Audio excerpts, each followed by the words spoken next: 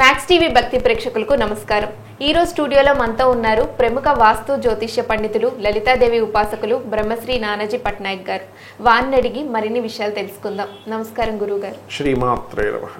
గురుగారు, పితృదేవతలు అంటారు కదా, పితృదేవతల శాపాలు తొలగాలంటే ఏం చేయాలి గురుగారు? అలాగే పితృదేవతల అనుగ్రహం పొందాలంటే మనం ఏం చేయాలి? తప్పకుండా అమ్మా. ఫస్ట్ ఆఫ్ ఆల్ మీకు పితృదేవతలు అంటే ఎవరో తెలుసుకోవాలి.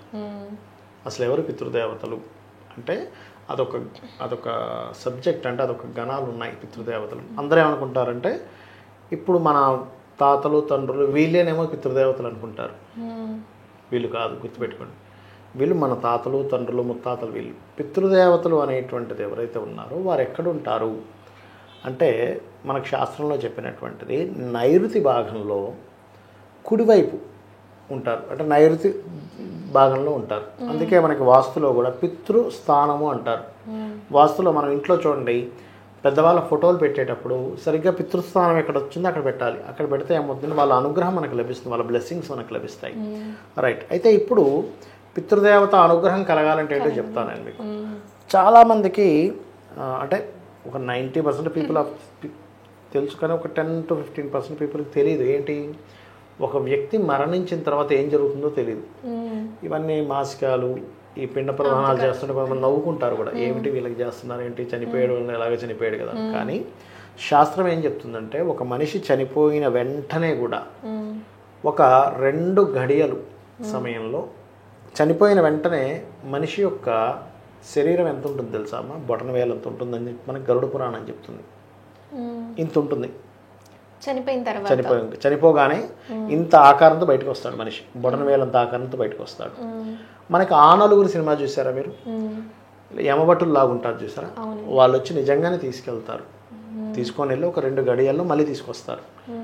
11 రోజులు కూడా ఏ ఇంటి వాడైతే అంటే ఆ వ్యక్తి ఎవరైతే చనిపోయారో ఆ ఇంట్లో తిరుగుతూనే ఉంటాడు అమ్మా. 11 days కూడా 11 days తిరుగుతాడు కాబట్టే పిండ ప్రదానాలు ఆ 11 days కార్యక్రమం చేస్తారు. ఈ 11 days ఎవరైతే ఇంట్లో చేస్తారో ఇంతగా ఉన్నటువంటి ఆత్మ ఇంతగా మారుతుంది. ఇంతగా మారితేనే తీసుకెళ్తారు మళ్ళీ. ఇతన్ని తీసుకెళ్ళి ఇతను ఎక్కడ పుట్టాలి, ఇతనికి ఉన్నటువంటి పాపములు పుణ్యములు ఉన్నటువంటి లెక్క ఏమిటి, ఈయన భూమి మీద పుట్టాలా మరలా, లేకపోతే ఏదైనా జీవిగా పుట్టాలా, లేకపోతే మరీ కింద లోకాలకు వెళ్ళాలా, పై లోకాలకు వెళ్ళాలా, విష్ణు లోకాలకు వెళ్ళాలా, అమ్మవారి లోకాలకు వెళ్ళాలా, ఇంకో జమ్ముందా లేదా అనేటువంటి మొత్తం నిర్ణయం జరుగుతుంది. బహుశా ఇంట్లో వాళ్ళకి ఏమీ తెలియదు, ఏమీ చేయలేదు, ఏదో చనిపోయాడు అయిపోయింది, ఏదో తీసుకెళ్ళి పెట్టేశారు. గురుగారు, ఆత్మ చనిపోయిన వెంటనే ఒక దేహం నుంచి మరో దేహంలోకి మారుతుంది. వెంటనే మారిపోదు అలా వెంటనే మారిపోదు, టైం తీసుకుంటుంది. ఇవన్నీ జరగాలి కదా. 11 days అక్కడే తిరుగుతాడు మనిషి. ఆ సినిమాలో చూపించినట్టే మీ దగ్గరకు వచ్చి, అంటే అక్కడ ఎవరైతే ఉంటారో వాళ్ళ దగ్గరకు వచ్చి మాట్లాడదామని ప్రయత్నం చేస్తుంటాడు, కానీ ఆ వ్యక్తి మాటలు మనకి వినపడవు. వాళ్ళు చేసే పాపాల పుణ్యాలను బట్టి నెక్స్ట్ జన్మలు ఉంటాయి. ఉంటుంది. అయితే ఈ 11 రోజులు వీళ్ళు ఇంట్లో చేయలేదనుకోండి, ఇంతగానే ఉండిపోయి వాళ్ళు వదిలి వెళ్ళిపోతారు. ఇది ప్రేతాత్మ అంటారు, దీనికి ప్రేతంగా మారుతుంది. ఈ ప్రేతము ఎలా ఉంటుందంటే, ఈ ప్రేతము మనకి చూడండి, మనిషిలో ఒక ఆత్మ ప్రవేశించింది అంటుంటారు చూసారా, ఆ ఒళ్ళు కాలిపోతూ ఉంటుంది ఆ ప్రేతానికి.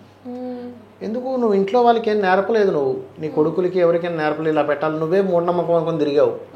వీడికి ఇంకేముంది, అయిపోయింది వీడి పరిస్థితి, పెట్టేవాడు లేడు, నువ్వే మూఢనమ్మకం అని తిరిగావు, నీకెవడు పెడతాడు? మా నాన్నగారు మూఢనమ్మకం అన్నారండి ఇలాంటివి, అందుకని మేము పెట్టమంటాడు కొడుకు. అవునా? బతుకున్నప్పుడుగా నువ్వు చెప్పుంటే 4 ఇల్లులకు తీసుకెళ్ళి ఉంటే అర్థమయ్యేది. వదిలేస్తాడు, వాడు ప్రాథమే తిరుగుతూ ఉంటాడు, అది మనుషుల్ని చేస్తూ ఉంటుంది. అయితే ఇలా కాకుండా ఇంకో జన్మెత్తిన మనకి ఇక్కడ సందేహం కలుగుతుంది, ఏమంటే ఇంకో జన్మెత్తేసాడు కదా, మనం మళ్ళీ ఎవరి కోసం పెడుతున్నాం ప్రతి సంవత్సరం అని.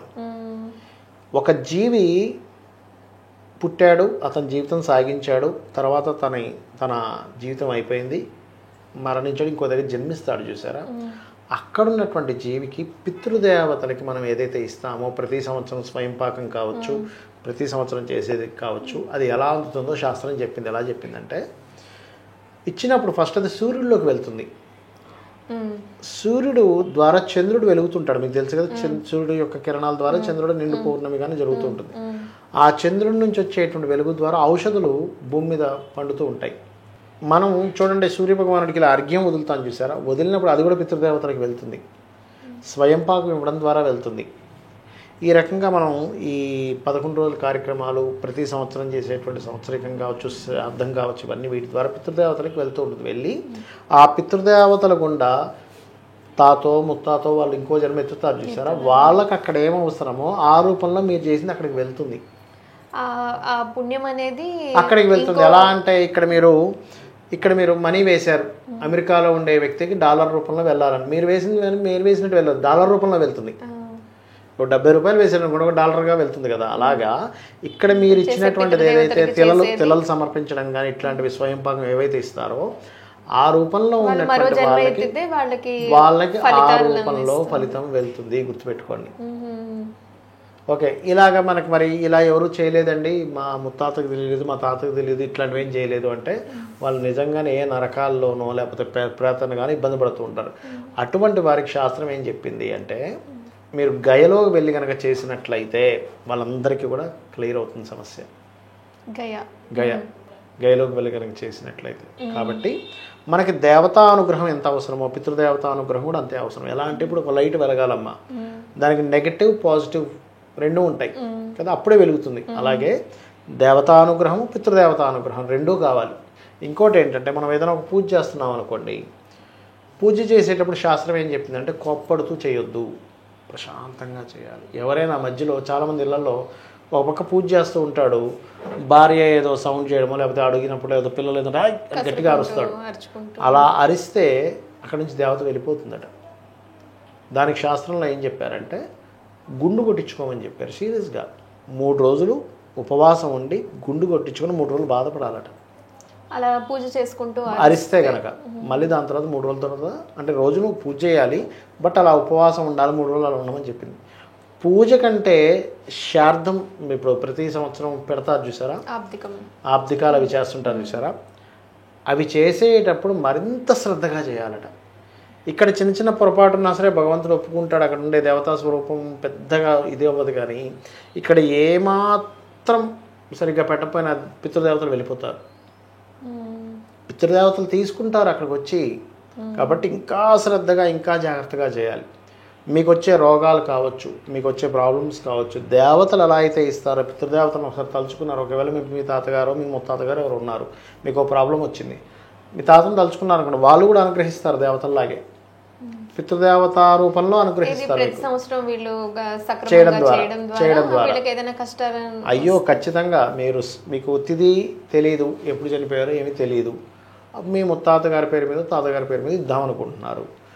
అమావాస్య వచ్చిన రోజు ఒక 2 రకాల కూరగాయలు, బియ్యము, తోటకూర, 2 రకాల పప్పులు, ఉప్పు, ఇట్లా కొన్ని ఉంటాయి. ఉల్లిపాయలు ఇవ్వకూడదు, మరి ఎప్పుడు కూడా దానంలో ఇవ్వకూడదు. ఉల్లిపాయ అసలు దానం ఇవ్వకూడదు, అసలు ఉండకూడదు. ఇవి గనక మీరు అమావాస్య నాడు మా పితృదేవతల కోసం అని ఇచ్చారు అంటే వీళ్ళ అనుగ్రహం మీకు ఖచ్చితంగా ఉంటుంది. చాలామందికి చూడండి వివాహాలు అవ్వట్లేదంటే పితృదేవత అనుగ్రహం లేదని అర్థం, సంతానం కలగట్లేదంటే పితృదేవత అనుగ్రహం లేదని అర్థం, గుర్తుపెట్టుకోండి. వీళ్ళకి చేస్తే సంతానం కలుగుతుంది.